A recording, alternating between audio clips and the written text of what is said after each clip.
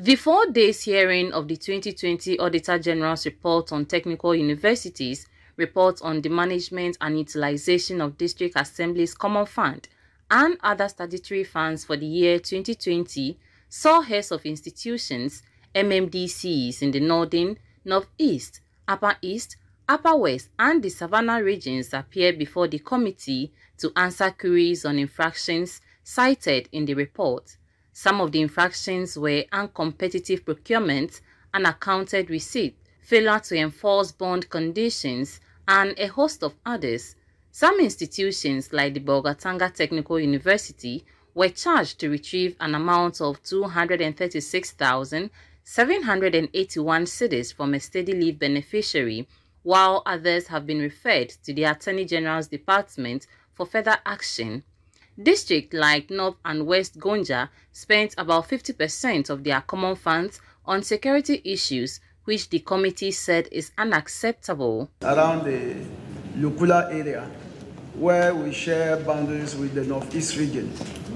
So the Gonjas there and the Mamposis there, they have some kind of confusion about the ownership of the land at that area. Even as we speak, we still have about over 100 security personnel over there to take care of the peace. So you are still taking care of those security officers? Yes, sir, Chairman. In terms of what? In terms of feeding and sometimes fuel. Pressure being put on assemblies using their development fund for these security challenges, depriving the people of development. Whilst the Ministry of National Security is there, they have their own budget, yet they fall on the meager resources of the assembly. It's not fair. It's not accepted.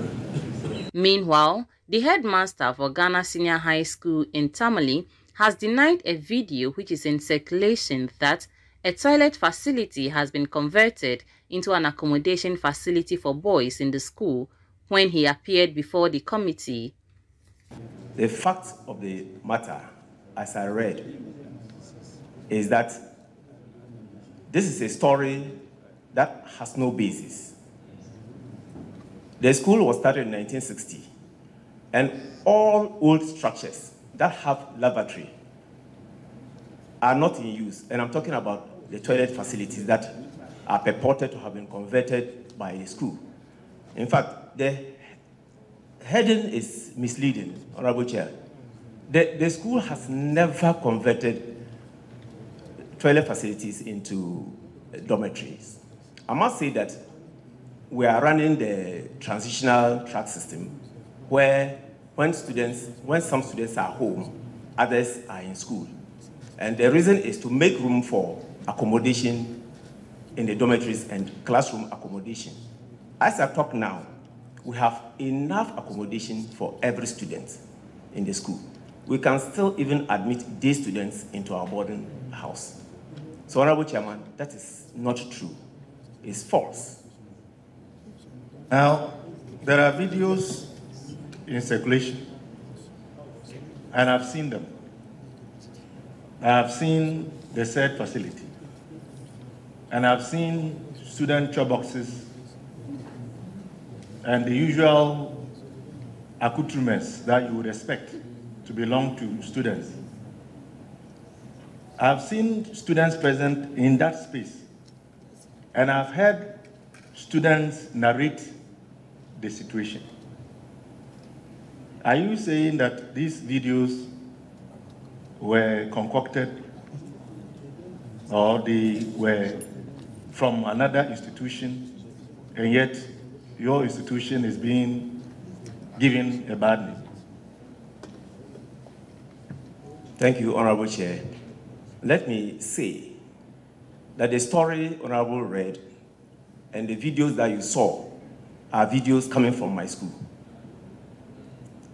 The cubicles that you saw boxes in are actually cubicles that we put boxes when students are going home. So the cubicles are also so small that they cannot accommodate students. Unfortunately, this video has come at a time, in fact, at the blind side of management.